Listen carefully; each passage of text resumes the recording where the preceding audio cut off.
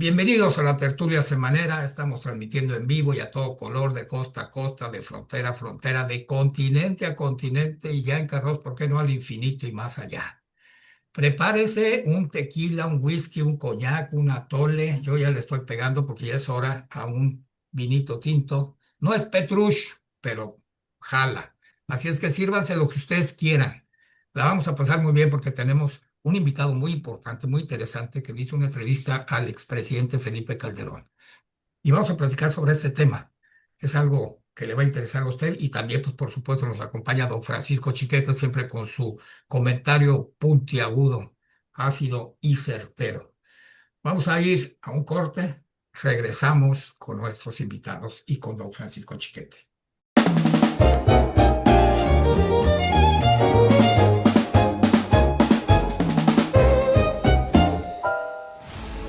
En Mazatlán hay historias que inspiran, historias que nacen del esfuerzo, la visión y el profundo amor por esta tierra. Una de ellas es la de Leobi Carranza. Desde muy joven aprendió el valor del trabajo y la perseverancia. Esa disciplina lo llevó a conocer la industria pesquera desde sus bases y, con una visión clara, a convertirse en uno de sus grandes referentes. Cuando una reestructuración lo dejó sin empleo, Leobi transformó la adversidad en oportunidad. Así nació Grupo Pinza, hoy una de las plantas atuneras más importantes de Latinoamérica. Bajo su liderazgo, la empresa abastece una parte significativa del mercado nacional y, a través de marcas como Dolores, Mazatún y El Dorado, exporta productos de calidad a diversos países. Su compromiso con Mazatlán va más allá del ámbito empresarial. Ha impulsado el desarrollo turístico del puerto y ha sido una voz firme en la protección de nuestros recursos naturales, promoviendo un crecimiento responsable y sostenible. También ha apostado por nuestra gente. Grupo Pinza genera miles de empleos directos, convirtiéndose en una pieza fundamental para el bienestar de muchas familias mazatlecas. Y como defensor del futuro del puerto, ha impulsado la modernización de nuestra infraestructura marítima, promoviendo inversiones en áreas clave como el dragado y los muelles, para que Mazatlán alcance su verdadero potencial internacional. Leobi no solo ha construido una empresa, ha generado oportunidades, ha fortalecido a la comunidad y ha trabajado con la mirada puesta en las próximas generaciones. Por su visión incansable, por su liderazgo que trasciende generaciones y por su huella imborrable en el crecimiento de nuestro puerto. Hoy, celebramos a Leobi Carranza, un mazatleco que levantó industria, creó oportunidades y construyó futuro. Hoy y para siempre, Leobi Carranza es un verdadero orgullo mazatleco.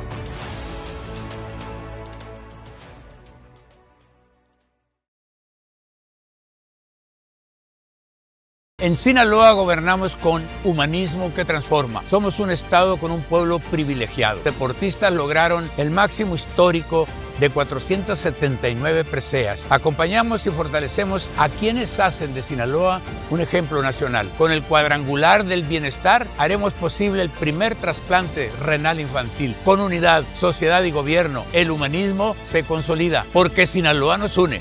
Cuarto informe de gobierno. Rubén Rocha Moya, gobernador.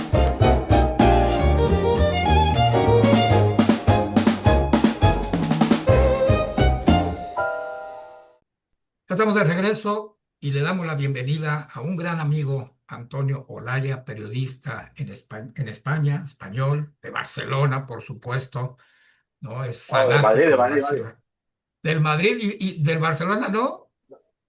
No, yo soy de Madrid y del Atlético de Madrid. Del Atlético de Madrid, fíjate nada más, ya te estoy pasando al bando contrario, eso es sacrilegio.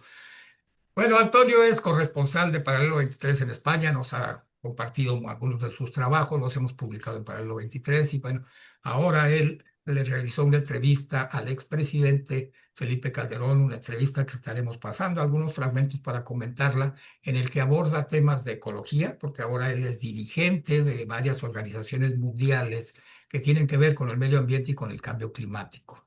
Y también pues habla un poco del automovilismo, que es su pasión, y que también fue presidente de la FIA y que, bueno, pues habla también de estos temas vinculados al automovilismo con la ecología. Y finalmente, pues un tema obligado, el tema político sobre México, que aunque con muchas reservas, traza algunas líneas interesantes de lo que él está pensando, pero lo hace de una manera muy reservada, muy diferente a como era, creo yo, en los tiempos de Andrés Manuel López Obrador. Vamos a ver estas entrevistas, pero le doy la bienvenida a Antonio Laya. Antonio, bienvenido nuevamente a Paralelo 23, la tertulia semanera. Buenas noches desde aquí, desde Madrid, y que ya es de noche y aquí estamos para pasar un buen rato con ustedes. Pues ya es de madrugada para allá contigo. Nosotros acá es martes, son las 6 de la tarde. Empezamos con nuestra tertulia semanera. Y don Francisco Chiquete, bienvenido, compadre. Buenas tardes para todos, buen día para todos. Aquí estamos para darle. Me interesa mucho cómo fue la entrevista, pero atrás, cómo se concertó, cómo estuvo el asunto, qué platicaron previamente, si te estableció algún guión, te prohibió tocar algunos temas. Platícanos cómo estuvo esto detrás de La cámaras. entrevista fue de un día para otro prácticamente. Me avisaron un lunes, que yo no trabajo, no suelo trabajar los lunes en la redacción del periódico donde trabajo, en moncloa.com, dentro del Grupo Mercados, que es un periódico político que trata de política y de investigación, sobre todo de corrupción y temas de nota roja. Y fue de un día para otro y me pilló un poco de sorpresa, pero como soy la persona que hago algunos temas de internacional para el periódico, me tocó, me la preparé para hacerla de la forma más interesante para el espectador y para nuestros lectores, que seguramente eran los temas políticos, la relación con Claudia Sheinbaum y la guerra que inició contra el narco, que es lo que más se recuerda aquí en España de él. Pero según llegaba la hora, me dijeron que iba a intentar hablar conmigo para ver qué temas tocar, y durante un café de media hora apañamos ciertos temas, porque él tenía bastantes reservas en hablar temas políticos, porque tiene cierto temor a las actitudes que pueda tener el actual gobierno mexicano hacia él. Él, hay que recordar que vive aquí en Madrid. Por allá también tengo entendido en una universidad, y aparte, bueno, pues dirige algunos grupos internacionales de ecología, ¿no? Él está dentro también de la FIA, de la Federación Internacional de Automóvil, que ahora, este año que entra, va a realizar un gran premio en un circuito urbano en Madrid, y un gran premio de Fórmula 1, y también es profesor en la universidad privada de aquí, que da sobre todo temas económicos, y él está metido en temas de sostenibilidad y medio ambiente, y tiene bastante reputación aquí y mucha relación con la gente del Partido Popular madrileño, que es la oposición al gobierno de Pedro Sánchez. Perdona mi ignorancia, pero ¿es la primera vez que en Madrid se va a realizar una carrera de Fórmula 1? Había un circuito, estoy hablando de principios de los 80, pero ese circuito quedó solo, te hizo creo que un par de grandes premios. Pero esta vez va a ser en un circuito urbano muy cerca de lo que es la almendra central de la ciudad, porque el anterior circuito está, por decirlo de alguna forma, en lo que es el estado de Madrid, que aquí se llaman comunidades autónomas, está a las afueras de lo que es del municipio de la ciudad. Y el circuito que entra ahora es un circuito urbano, y hay bastantes quejas porque los vecinos, el ruido, la contaminación, las obras, en una ciudad que hay que recordar que hace 10 años tenía 2 millones de habitantes y ahora tiene casi 5. La verdad es que España ha sido uno de los países que le está dando para atrás a la cuestión del turismo masivo, ¿no? Porque pues destruyen las ciudades, ¿no? Y entonces, si te platicas sobre este tema también, Calderón, vamos a escuchar una cápsula sobre este tema de Fórmula 1 en España y regresamos.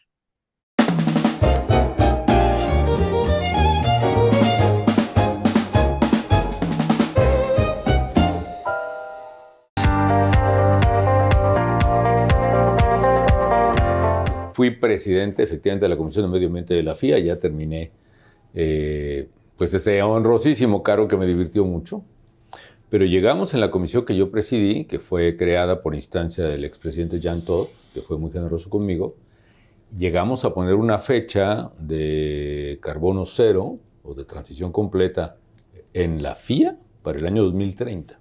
Esa fecha se ha venido dilatando obviamente por los cambios, bueno, sigue, pero la Fórmula 1, por ejemplo, que es una organización en sí, no está regulada por la FIA, pero es aparte y han actuado con gran responsabilidad, la siguen teniendo.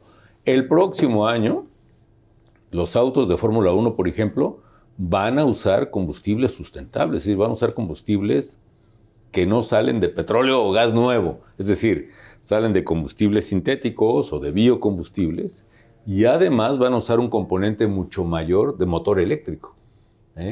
Entonces, este porcentaje de asistencia a motor eléctrico mayor reduce las emisiones, y la tirada es que en el automovilismo se lleguen, la Fórmula 1 y la FIA en general, a carbono cero. No es solo el combustible, son muchas cosas. Por ejemplo, yo insistía mucho en la FIA de reducción de emisiones, y todo iba bien, pero de repente pues salía un circo aéreo, ¿no? Fuegos artificiales o exhibiciones de aviones que rompían este esquema de reducir emisiones. Es una cosa de conciencia, pero que se va a dar. En los autos, ¿qué va a pasar? Hubo una transición que se esperaba mucho más acelerada. Luego vino el COVID y vino algo que rompió esta velocidad de transición al auto eléctrico, ¿no? Se pensaba, por ejemplo, que para el año 2035 el número de coches nuevos vendidos serían más eléctricos que otra cosa. Las empresas, muchas se prepararon para esa transición y ahora están recorriendo hacia atrás esos pasos.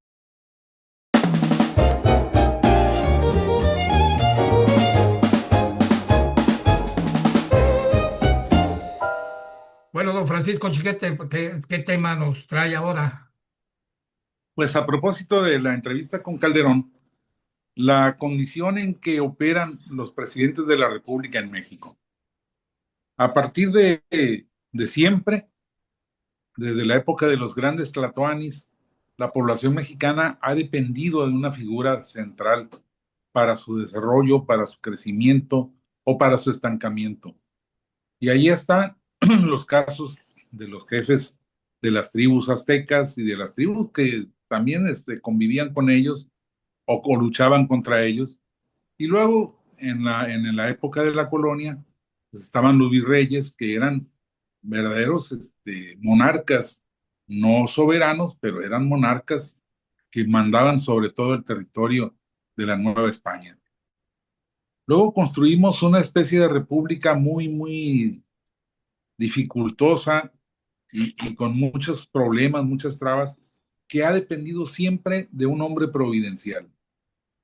Lo mismo de Benito Juárez y los grandes también de la Contrarreforma, y toda esta gente que a lo largo de muchos años pues han hecho y deshecho en la presidencia, hasta llegar a nuestros días en que los presidentes marcan la existencia o no de esperanzas y expectativas para nuestro país. Una cosa, sin embargo, han tenido todos estos hombres que han estado al frente hasta llegar a una mujer ahora, que generaban cierta forma de unidad nacional. Buscaban, aunque fuera fingido, que fuera de opereta, buscaban siempre que hubiese una cosa que nos uniera a todos. Lo hubo en los tiempos del PRI, lo hubo en los 2 turnos que tuvo el Partido Acción Nacional, pero ya no lo hubo con Andrés Manuel López Obrador. A partir de entonces, el presidente ha sido más bien motivo, pues si no de discordia, sí de polarización, y no hemos visto a un presidente que tenga ese empaque nuevamente de convocar a todos. Claudia Sheinbaum, a propósito de la marcha reciente del sábado anterior, pues estuvo diciendo que no eran chavos menores de 30 lo que la estaban convocando, que no eran personas de bien, que eran, digamos, reaccionarios, neoliberales, en fin, una presidenta que en lugar de buscar los puntos de coincidencia con los diferentes grupos, habla constantemente de nuestro movimiento, es decir, de Morena, que no es partido político según su visión, sino un movimiento social, y habla de los conservadores. Eso a Andrés Manuel López Obrador le dio muchos resultados, pero me parece que este modelito ya empieza a estallar porque se acumulan las inconformidades, las insatisfacciones de la sociedad y sin embargo la presidenta no las toma en cuenta.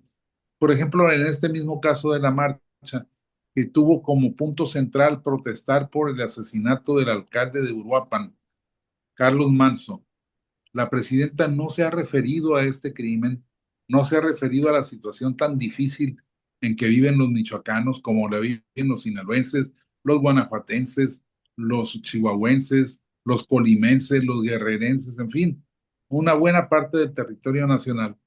No habla de eso, habla de quienes convocaron a la marcha, como si convocar a una marcha fuese un pecado, como si fuese algo ilegal, cuando la ley hasta este momento nos permite que sigamos teniendo libertad para reunirnos, para expresarnos y para dar a conocer nuestras críticas y nuestras insatisfacciones. Entonces me parece que la presidenta ha olvidado, ha dejado de lado ese papel tan importante que tiene el presidente o la presidenta de la República para dedicarse a hacer política de bandos. No es que los anteriores no lo hubieran hecho, pero por lo menos cuidaban el ritual de llamar a la unidad, de convocar a que todos trabajásemos juntos y en la misma dirección, claro, con los matices que cada quien tenía. Pero esta vez creo que estamos perdiendo un tiempo precioso para enfrentar un problema muy grave porque no hay una conducción adecuada. En tiempos de Calderón hubo muchos errores muy severos. La guerra contra el narco fue una guerra no pensada, lanzada o declarada cuando no se sabía cómo estaba el enemigo, de qué armas portaba. El periodo de Vicente Fox fue también errático, problemático, pero en todos ellos hubo siempre, incluso en el de Peña Nieto, del que tanto nos reímos, hubo siempre una búsqueda de marcar el llamado a la unidad y al trabajo conjunto. No está siendo así ahora. Yo insisto en que me parece que tenemos que buscar un cambio en esa actitud de las autoridades supremas del país, precisamente porque este es un país que se gobierna con grandes autoridades, no con instituciones ni con leyes, sino con la buena o mala voluntad de los tlatoanis. Y entonces tenemos que, como sociedad, buscar influir para que acabe ese modelo de polarización y entremos de una vez por todas a trabajar juntos en luchas tan severas, tan fuertes, como la que busque la construcción de la paz a la que tanto se refiere la presidenta. Y precisamente Felipe Calderón toca ese tema contigo, Antonio, el tema de la polarización, el tema del populismo en el sentido de que eso le dio grandes beneficios a Andrés Manuel López Obrador.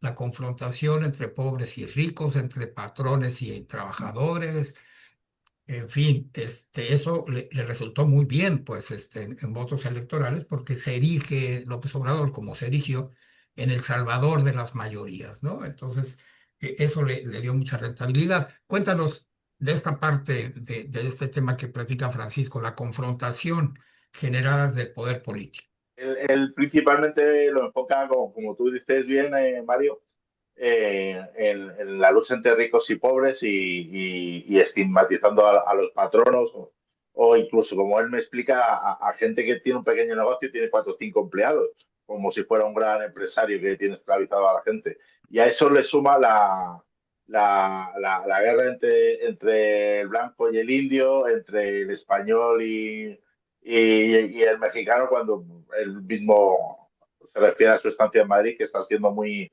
agradable y compara a Madrid como ahora la capital de Iberoamérica dentro de Europa por la cantidad de latinos que hay conviviendo aquí en Madrid en la actualidad, mexicanos, venezolanos, mucha gente de Colombia, y ya empieza a haber barrios, mucha gastronomía de aquella parte del mundo, y eso lo confronta él en las políticas que hace Obrador, que a él le sale, y ahora en general Morena, ahora con Seibu, que a él le sale rentable esa dicotomía y ese enfrentamiento para tener buenos y malos y construir su argumento donde arrancar votos entre las clases más desfavorecidas y las profesiones liberales, que muchas son las que han entrado en ese juego, como aquí ha habido un momento con Sumar y Podemos, que son los partidos hermanados con Morena, pero ahora están en cierto retroceso porque esa polarización ha tirado hacia allá a los partidos más grandes.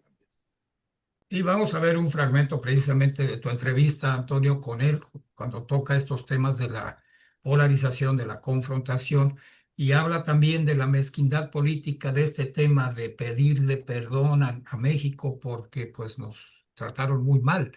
Y creo que tú tuviste un punto de contacto con él al ser él de Morelia y ser Vasco de Quiroga, el fundador de la entonces Valladolid. Y tú también tienes Vasco mucho de que ver con Quiroga, Vasco de Quiroga. es que Vasco de Quiroga es el claro ejemplo que no es así lo que cuenta la señora Seibu. O sea, de hecho, en la guerra de independencia mexicana, la mayoría de los indios están a favor de la corona española o de los realistas que eran entonces, porque es una guerra entre realistas y las clases altas criollas. Y el punto de contacto fue Vasco de Quiroga porque mi familia materna es de la zona de donde nació Vasco de Quiroga, de la zona de Madrigal de las Altas Torres, que también es donde nace Isabel la Católica. O sea, su casa, las dos casas donde nace están prácticamente enfrentadas en una pequeña placita. Es un pueblo que tendrá ahora 1.200 habitantes. Imaginaros lo pequeñito que es. Y utilizamos la figura de Vasco de Quiroga para encauzar ese México mestizo que nace tras el contacto entre españoles y los indígenas, bueno, entre los pueblos originarios que había entonces en México. Y esa tergiversación que intenta hacer ahora, sobre todo este movimiento de extrema izquierda o de una izquierda más alejada de los postulados de la socialdemocracia que se ha instaurado en el mundo, esa división entre clases sociales, entre razas, que lo que le genera a ellos es cierta ganancia de votos para poder instaurar sus códigos éticos, que es con lo que intentan más o menos, por lo menos en España, vivir y subvencionarse. Lo califica como una mezquindad política porque son 12 millones de indígenas, no por despreciarlo, sino por plantearlo en números, en un país de 130 millones de habitantes en la que pues 112 por lo menos somos mestizos, pues o somos parte de esta fusión de la cultura española y mexicana. Vamos a ver esta parte en la que él platica de estos temas con Antonio Olaya sobre Vasco de Quiroga, sobre el tema de utilización de los pueblos originarios para beneficios políticos, electorales, y regresamos.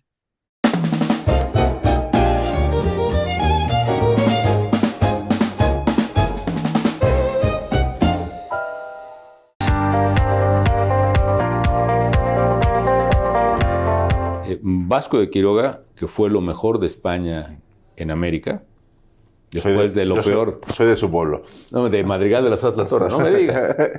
Bueno, pues déjame decirte que España envió a Michoacán primero a lo peor, que fue Nuño de Guzmán, que fue un tipo, ahí sí, pues explotador, medio asesino, en fin.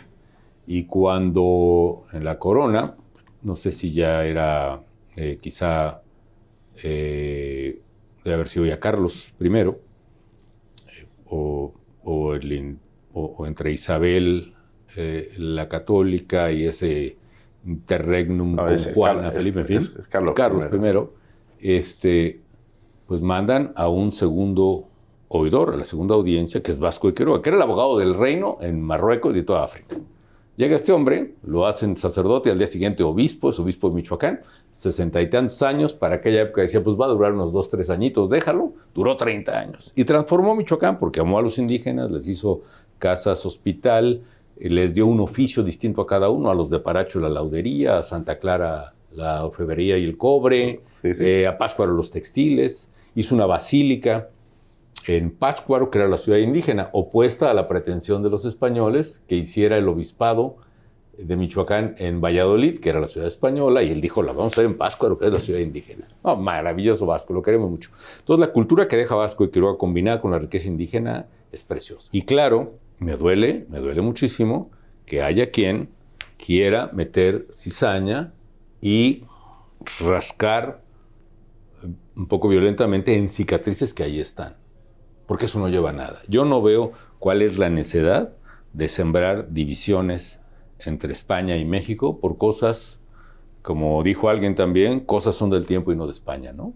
Entonces yo veo en esencia la relación mexicano-española de gran cariño, de gran afición, de gran afecto. Y con muchos intereses socios. Y arriba un montón de intereses políticos. Esta cizaña de que se pidan disculpas, que nos pidan disculpas, que ya se pidieron. Es un poco interferir en intereses económicos. Es un interés político para llevar agua a molinos políticos. Y me parece una mezquindad brutal.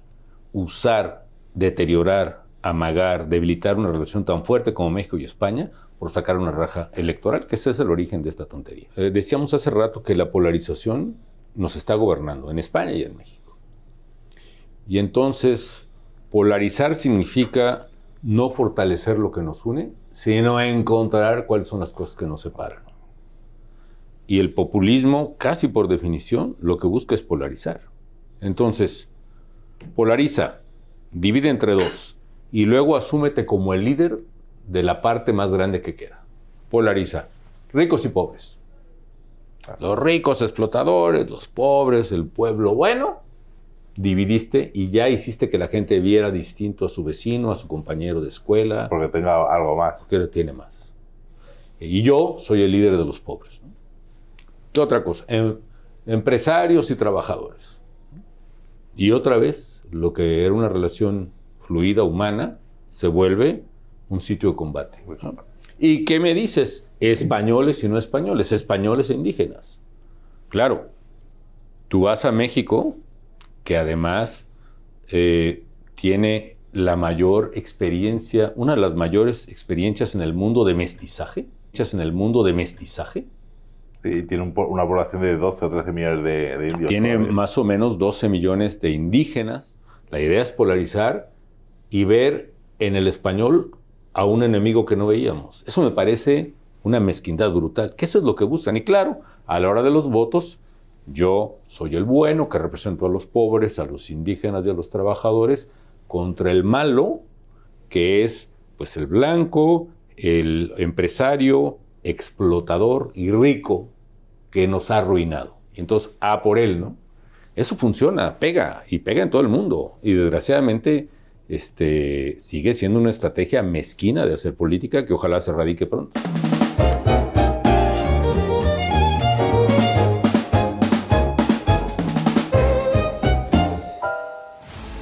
En Mazatlán hay historias que inspiran, historias que nacen del esfuerzo, la visión y el profundo amor por esta tierra.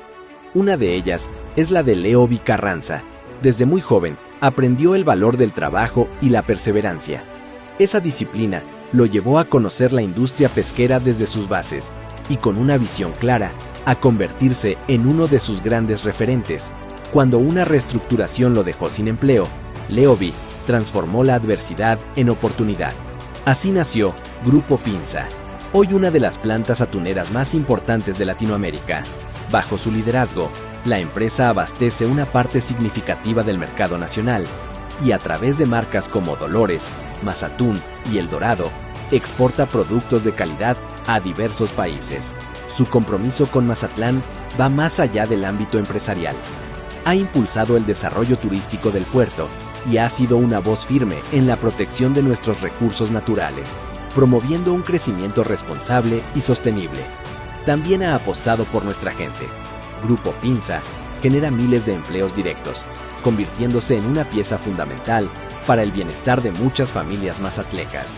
Y como defensor del futuro del puerto, ha impulsado la modernización de nuestra infraestructura marítima, promoviendo inversiones en áreas clave como el dragado y los muelles para que Mazatlán alcance su verdadero potencial internacional. Leobi no solo ha construido una empresa, ha generado oportunidades, ha fortalecido a la comunidad y ha trabajado con la mirada puesta en las próximas generaciones. Por su visión incansable, por su liderazgo que trasciende generaciones y por su huella imborrable en el crecimiento de nuestro puerto. Hoy, celebramos a Leobi Carranza, un mazatleco que levantó industria, creó oportunidades y construyó futuro. Hoy y para siempre, Leobi Carranza es un verdadero orgullo mazatleco.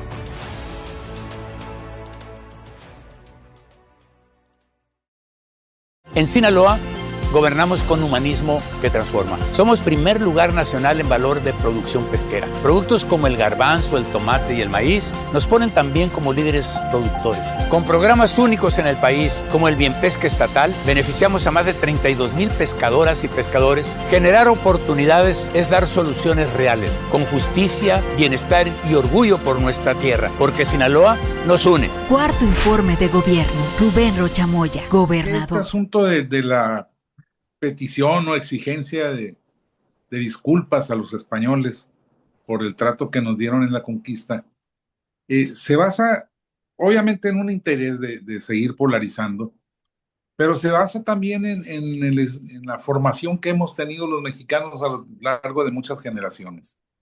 Nos formaron con la idea de que los españoles vinieron, nos saquearon, nos explotaron, nos trataron mal y se llevaron lo que se pudieron llevar, lo cual a estas alturas me parece que sigue siendo cierto.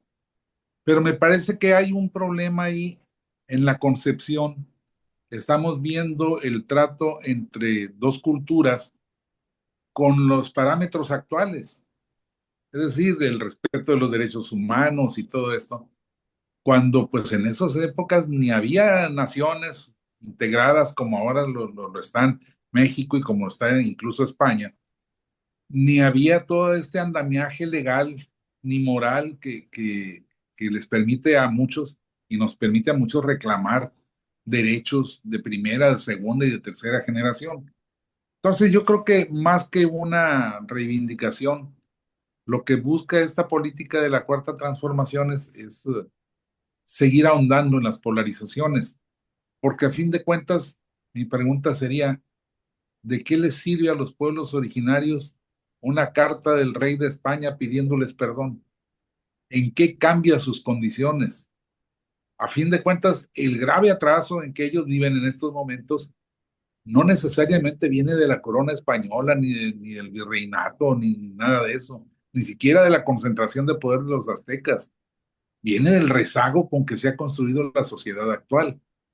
Y entonces nosotros somos los que tendríamos que estarle pidiendo perdón a estos grupos a los que hemos dejado rezagados sin tener el interés en equilibrar las cosas.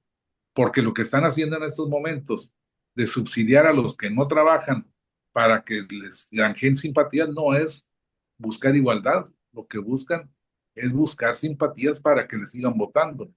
Entonces creo que hay un malentendido intencional en esa exigencia. Yo sí sigo con mis resabios de mexicano formado en la tradición antihispánica, pero entiendo que no podemos seguir viviendo, volteando hacia atrás tanto tiempo. Y bueno, pues la presidenta todavía se acuerda de lo que hizo Calderón como responsabilidad de los problemas de gobierno actuales de este momento, pues que no se acuerden ellos de lo que hicieron los españoles allá por el 1500 y tantos que empezaron a llegar por estos rumbos. Incluso, bueno, pues es la mezquindad política, como lo dice Calderón, sin duda, porque pues es un discurso para tener rentabilidad electoral, ¿no? Y para poderle decir a las pobres, yo te defiendo, yo soy el líder, yo te voy a rescatar y tu dignidad está a salvo conmigo, ¿no? Es ese gran discurso. Y es un absurdo medir algo que pasó hace 4 siglos o 5 siglos con las medidas actuales, ¿no? Es como criticar a Madero porque era espiritista, ¿no? Bueno, es que en la época de Madero esa la filosofía que había en el mundo, proveniente de Francia precisamente, pues era el espiritismo, era algo muy avanzado, pues entonces, pues ahora nos reímos de Madero porque pues era espiritista, pero es injusto tratarlo de esa manera. Antonio, platicaste con él de algunos temas de ecología, un poquito largos ahí sobre el cambio climático, pero ¿qué te deja a ti esta entrevista con Calderón? ¿Cómo lo sentiste como hombre? Tiene muchas tablas porque se maneja muy bien pues en público, es buen orador, tiene planteamientos sólidos más o menos, pero ¿qué te deja en el previo, en el cafecito previo y durante la entrevista? Que lo que tiene cierta desconfianza todavía para hablar en los medios españoles, porque él unos días antes sí que habló y dijo que Latinoamérica y Iberoamérica estaba en manos de bandas criminales. Lo dijo en Buenos Aires, en un foro de la ONU, y aquí todavía, porque es el lugar de residencia y no quiere tener determinados problemas y tal, parece que es algo reacio. Pero según avanzó la entrevista y según fuimos hablando y los de récord y vio el cierto conocimiento que tengo yo de la actualidad mexicana y el cariño y el aprecio que tengo a la que considero mi segunda casa, como es México, él me ha dejado caer que quiere hacer una entrevista más sobre su parte política.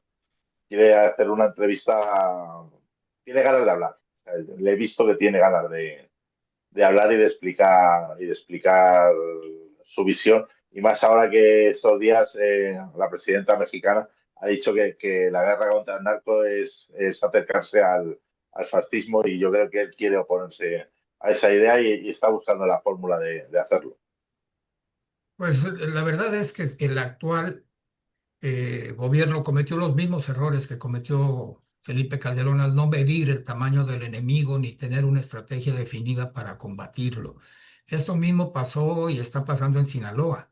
Ya llevamos más de 14 meses de esta guerra intestina entre los grupos del cártel de Sinaloa y el gobierno no ha podido poner en paz al Estado. Eso quiere decir que tampoco le midieron bien el agua a los camotes, no midieron la capacidad de fuego, no midieron la capacidad de logística y de tecnología que tienen estos grupos que son de los más poderosos del mundo. Y entonces como que los desestimaron, que fue lo que le pasó a Calderón. Yo en 2009 hice una crítica muy fuerte a Calderón por este tema de haber declarado la guerra al narcotráfico. Y esto se va a publicar en mi libro México ante las drogas, que ahí viene este capítulo en donde yo le mando una carta a él. Yo había trabajado como coordinador de asesores en el gobierno de Vicente Fox con mi amigo el mazatleco Emilio Goicoechea Luna. Y ahí pues tienes toda la información de lo que sucede en el país, tienes el pulso del país ahí en ese nivel de la presidencia de la República. Entonces, él cometió ese gran error porque no había tenido pegue sus eslogans de campaña. Él había iniciado con el presidente del trabajo, porque pensaba que esa situación del trabajo era una de las prioridades, que lo sigue siendo, pero por cuestión política electoral no le resultó. Entonces tuvo que dar un giro y ese giro fue vertiginoso hacia la seguridad pública. Y entonces se metió a esta guerra sin medirle. Fue más espectacular y de marketing que real, pero sí expuso pues a muchas de las Fuerzas Armadas. Vamos a ver esta pieza que preparamos sobre este tema que yo he criticado mucho sobre el combate a las drogas. Yo hago un análisis de su 5.º año de gobierno, de su informe de los 5 años de gobierno, y lo comparo con las estadísticas y expongo que es un fracaso en cifras. O sea, ahí se nota que los que van ganando son los criminales, porque si combatían 5.000 hectáreas de alguna droga, la quemaban, la incendiaban, ellos buscaban otras opciones y la triplicaban, entonces aumentaban al 15.000. Entonces eso no es un cuento de nunca acabar y eso lo estamos viendo después de tantos años. Vamos a ver esta pieza que preparamos para ustedes y regresamos con Antonio Laya y Francisco Chiquete.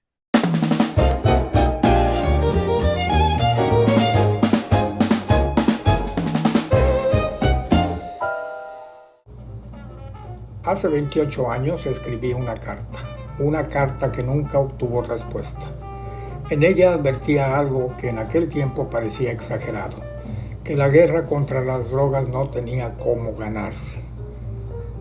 Pero no era una opinión, era un diagnóstico armado con datos duros del 5º informe de gobierno de Felipe Calderón Hinojosa. Su propio informe, no el mío. Ahí quedaba claro que todas las metas del Plan Nacional de Desarrollo en materia de seguridad se incumplieron. Todas. Y aún así era posible medir lo que venía. El gobierno capturó a 25 de los 37 capos más buscados del país. Casi la lista completa. Pero lejos de debilitar al crimen, los carteles se fragmentaron en decenas de células más violentas. No hubo reducción del delito, hubo expansión geométrica de la violencia.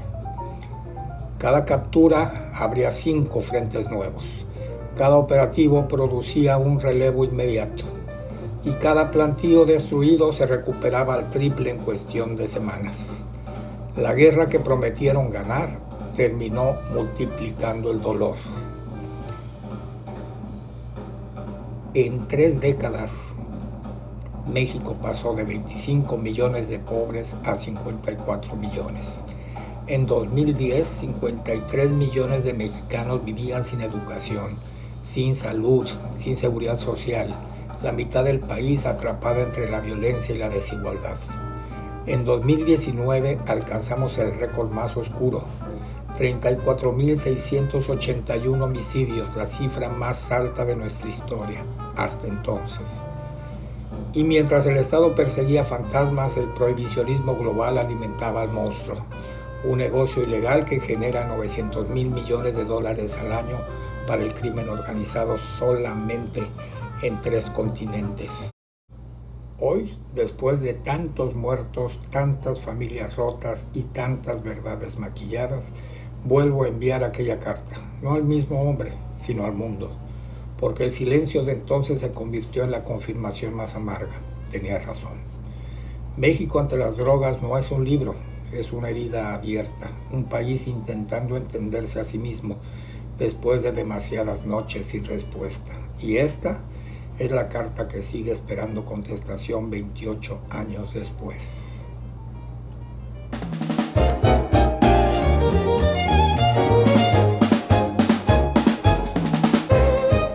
Pues ha sido tan fracaso la guerra contra los narcos en todas sus etapas que algún procurador general de la República se aventó la puntada de decir: vamos ganando la guerra aunque no lo parezca. El hecho es que ni lo pareció ni la han ganado. ¿Y por qué no la han ganado? Porque nadie se lo ha propuesto en serio, porque nadie ha visto cuáles son las armas con las que cuenta el enemigo, las evoluciones que es capaz de hacer. Y entonces, pues venir a dar golpes así nada más no resuelve nada. Recientemente hubo una batida en una de las poblaciones cercanas acá de Mazatlán. Sacaron a una cantidad importante de delincuentes que estaban extorsionando a la gente, pero luego se retiraron los elementos de la Guardia Nacional y los soldados.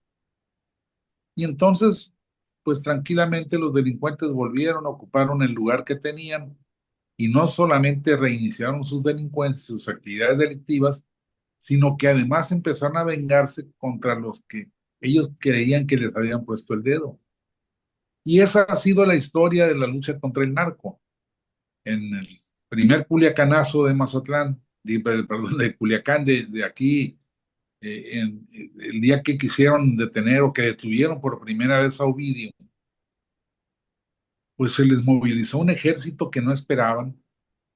Gente de la sierra, gente del sur, gente del norte, se concentró en Culiacán, tomaron la ciudad y entonces le ganaron la batalla, obligaron al presidente a soltar a Ovidio.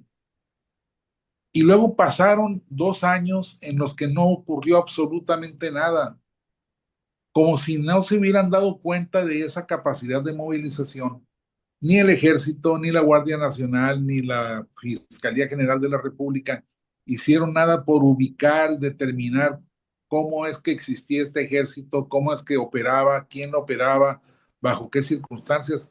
De manera que la siguiente vez que necesitaron llevarse a Ovidio para ofrendarlo al gobierno de los Estados Unidos, pues llegaron, le cayeron de sorpresa y les ganaron el jalón, pero no desactivaron ni un solo elemento de ese ejército irregular del narco, que ahora nos tiene sometidos al terror de verlos enfrentarse entre ellos y matarse entre ellos y matar a los que estén en derredor de ellos, y entonces no hay autoridad que sepa qué hacer específicamente. Ese ha sido el grave problema, no ha habido consistencia en la lucha. A lo mejor la concepción de echarle a todo el ejército fue mala o fue equivocada, fue insuficiente, pero no es el único error. El error de todos, el error en que han incurrido todos los presidentes, es patear el bote. dejar que las cosas vayan creciendo y luego ya el que venga atrás que ríe. ¿Hubo alguna precisión de Calderón, alguna situación en la que te planteara que no tocaras el tema de las drogas, el tema de lo que está sucediendo actualmente y el tema de cuando él decidió emprender esta guerra contra el narco? Te dijo, no quiero hablar de esto. Lo toca, ¿no? En la entrevista. No, directamente él, siempre cuando se refería a temas políticos, y incluía el narco. Hizo un breve inciso en el asesinato reciente del alcalde de Uruapan y dejó caer que la presidenta no lo haya condenado y cosas similares, pero no quiso entrar directamente. Lo evitó bastante el tema de la guerra contra el narco. Antonio, pues fue una entrevista larga, una hora prácticamente contigo y previamente media hora con el café. Y él habla del cambio climático, ¿no? Y lo empata con el tema del combate a la pobreza. ¿Qué fue lo que captaste de su discurso? Una cierta obsesión, me refiero a obsesión como parte buena, por la sostenibilidad de la industria y del mundo en general. Pensar él como creador, como uno de los grandes creadores de lo que se llama nueva economía climática.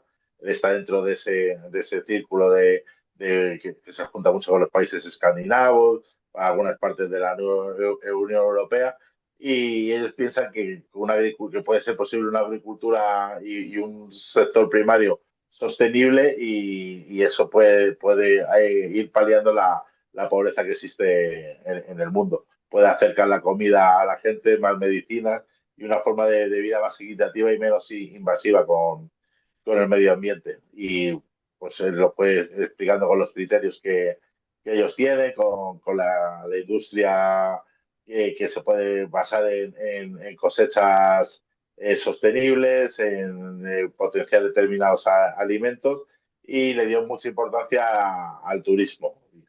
Y ahí le entraron un poco las dudas porque, claro, no conoce la situación compleja que vive España, y especialmente Madrid. En Madrid hay un problema habitacional. O sea, el precio medio de un alquiler en Madrid de un piso de 45 metros cuadrados puede rondar los 1.000 euros. Y aquí el salario mínimo son 1.300, casi 1.400 euros. 1.342 euros, creo que es el salario medio. O sea, independizarte de irte a vivir solo es algo imposible, y en parte es por el turismo. En Madrid el turismo está cerca del 18 o 20% del PIB de la región de Madrid. Algo que se ha convertido en insostenible porque todos son pisos turísticos, hoteles, precios disparados.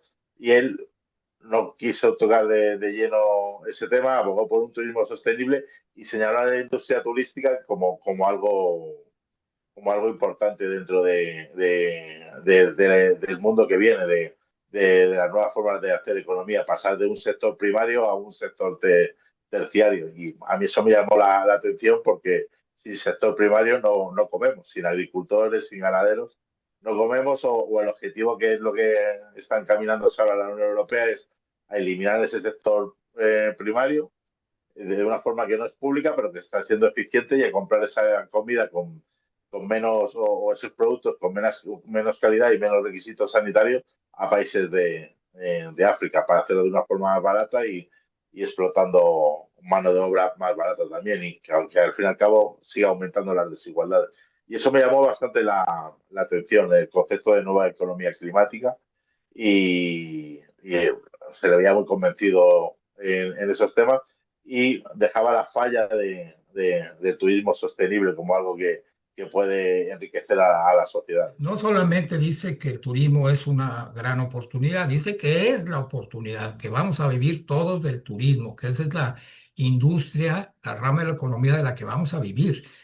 Veamos esto que dice él sobre el turismo, cuando en muchos lados, particularmente en España, le están metiendo reversa al turismo porque la gente ya no quiere saber más de turistas y más en el turismo masivo, como ocurre en Mazatlán, que ya está sobrecargado el destino, y siguen promoviendo más el turismo masivo que destruye, que erosiona, que que está acabando con los servicios públicos, y los que aquí vivimos, como los que viven en Barcelona, en Madrid, pues no están muy contentos con el turismo que llega. Vamos a escuchar a Calderón sobre su propuesta de que el turismo va a ser la salvación del mundo.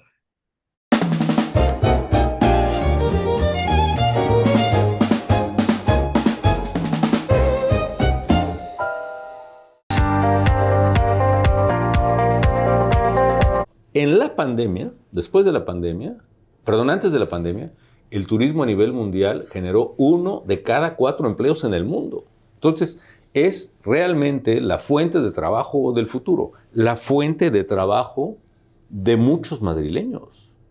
Vaya, España no solo es pionera en turismo desde hace siglos, es decir, España es la reina, el país rey de la hospedería, de la atención, de la amabilidad. Honestamente, México le compite porque a nosotros los mexicanos, y no lo decimos de broma, cuando decimos mi casa es tu casa, lo decimos en serio, y nos gusta atender a la gente y nos gusta que la gente se sienta a gusto con nosotros. Y la verdad, yo creo que es la industria que nos va a dar de comer en el futuro. En general, la economía va a dejar de ser primaria, es decir, predominantemente las economías, mientras más evolucionan, son menos agrícolas. Menos agrícola. No quiere decir que la agricultura se pierda, pero tiene menos importancia que el resto de la economía. Luego se vuelven industriales, y finalmente las industrias más desarrolladas son servicios. Y un servicio, por ejemplo, servicios financieros son clave, pero también servicios de atención, de hospedería, de turismo, es donde tiene que correr el tren, los rieles sobre los que tiene que correr este tren, que llamamos futuro, desarrollo, oportunidades, trabajo, ingreso, comida, etc.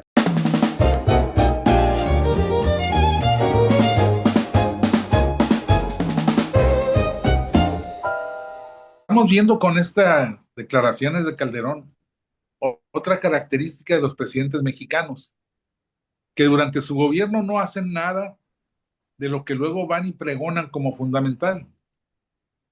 Si nos ponemos a revisar qué hizo Calderón por la sostenibilidad, cuál fue su aportación para que México respetara el entorno ecológico, no hubo ni un solo cambio importante en la forma de trabajar, de hacer la industria.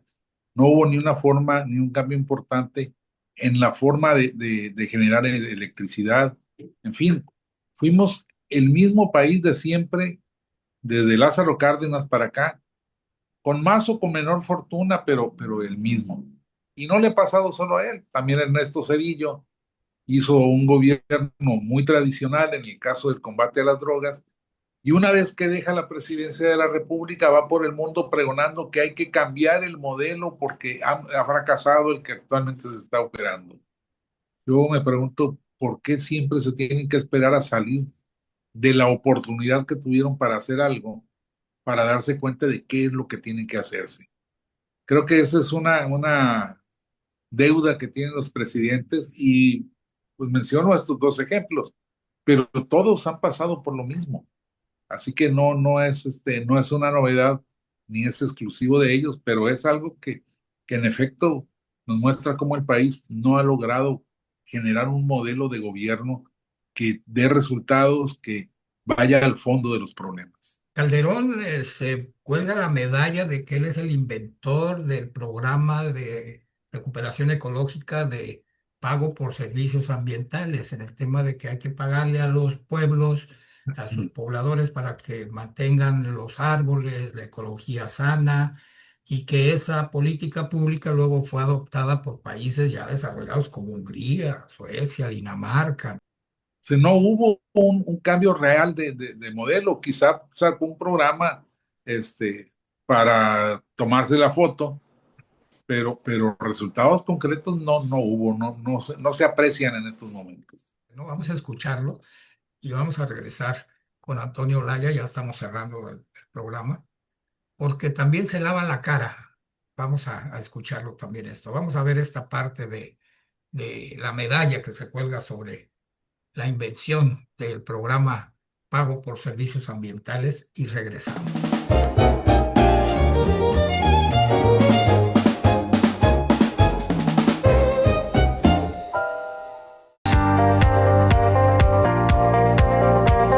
Asumí un gran compromiso ambiental.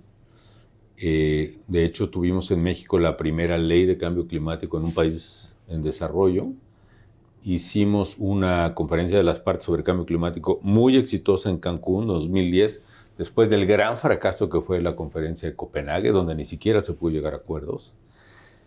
Hicimos una política de, por ejemplo, de pago de servicios ambientales pro árbol, que nos permitió ayudar a la gente. Fíjate, otra cosa interesante. Ayudábamos al campesino, al indígena, en las comunidades indígenas, a tener un ingreso por tener sus bosques en pie, que nunca había tenido, se los pagaba el gobierno.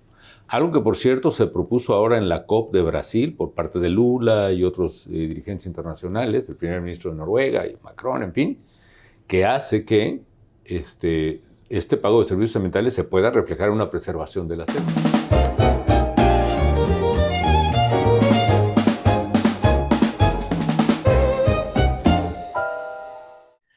Antonio, ya casi al terminar la entrevista, Felipe Calderón como que se lava la cara, ¿no? Dice que le tocó bailar con la más fea.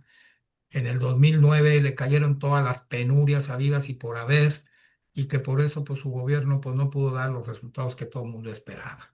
Habla de la crisis económica que venía del 2008, habla de la pandemia de influenza que le cae y la compara incluso con la fiebre española que mató a 13 millones de personas en 1919, por allá, 13, por ahí, y luego dice que le cayó el elefante encima. Vamos a ver esta parte de la entrevista con Calderón en donde se justifica por qué no pudo hacer más en su administración. Y volvemos.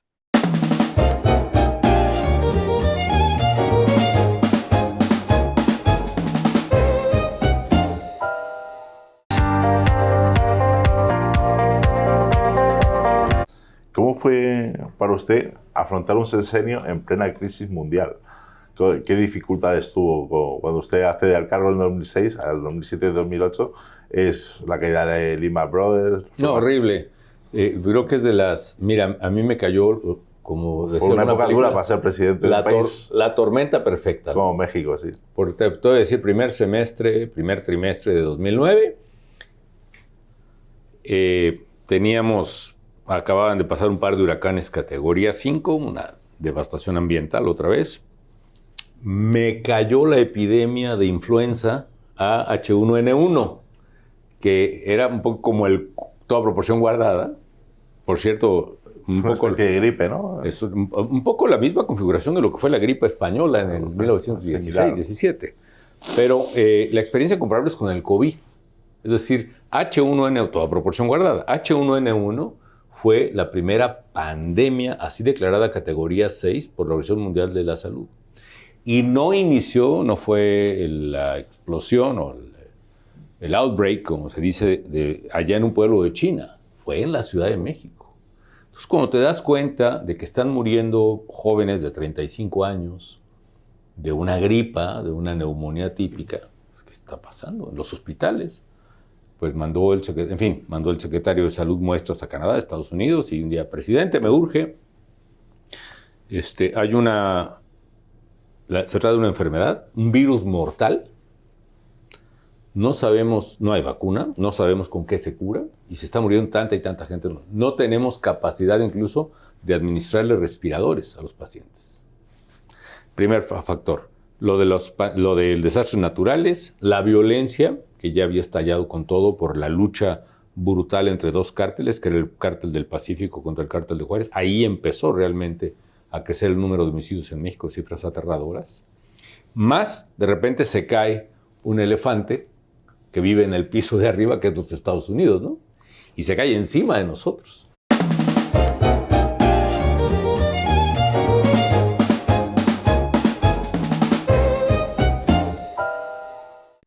Bien, Antonio, pues ya estamos cerrando nuestro programa. ¿Con qué te quedas con esta entrevista de Calderón? Lo que acabo de comentar, lo del llamamiento al turismo, que no lo llega a decir masivo, pero me da a entender que sí, que el turismo iba a ser una parte importante de sustento para parte de la población mundial, y sobre todo lo comentado antes, la polarización. Yo escribí luego para el diario donde escribo un breve resumen, bueno, breve no es, un resumen de la entrevista con los puntos más importantes a nivel escrito y lo centro en la polarización. Me llamó mucho la atención en ese paradigma que ahí sí que le veo bastante atinado de la polarización que está viviendo la sociedad, que en España es extrema, como en otras partes del mundo, y que quieren a la gente dividida en trincheras y así son más fáciles de doblegar y ser sumisos a la hora de votar una opción y otra y que no investigan, no responden a determinadas dudas que te pueden salir y directamente tiras por una opción o por otra y vives en un mundo enfrentado, que es algo que con Donald Trump se está viendo claramente que está sucediendo. Francisco, Felipe Calderón sin duda es el villano favorito de la Cuarta Transformación. Es la piñata, como tú dijiste, que le han pegado durante 7 años, ¿no? Y cualquier situación es que Calderón hizo esto y Calderón nos dejó la víbora chillando y Calderón le pegó al avispero y no le midió. Bueno, sí, las cosas exactamente igual. ¿Tú crees que hay una especie ya de discurso desgastado sobre este tema o como que ya hicieron alguna especie de tregua? Porque en la entrevista de Antonio no se nota al Felipe Calderón enjundioso, que va para adelante, que critica, que dice, ¿no? Está muy mesurado, ¿no? ¿Tú crees que esto ya está así en el término de querer hacer las paces con Claudia No Sheinbaum? sé si él quiera hacer las paces con Claudia Sheinbaum. Se nota que Claudia Sheinbaum no quiere hacer las paces con él, porque lo sigue mencionando a cada rato, cada problema que existe o que se registra, pues la culpa es de Calderón, aunque sea un problema muy reciente, contemporáneo, la culpa es de Calderón casi siempre. Entonces yo creo que no, yo creo que alguna estrategia trae Calderón, probablemente para proteger la carrera política de su esposa, que es diputada federal, que tiene más presencia todavía y que pues sí, necesita que la dejen crecer un poco porque eh, en tiempos anteriores sí la acogotaron, le evitaron la formación de un partido político cuando se suponía que tenía todo ya armado.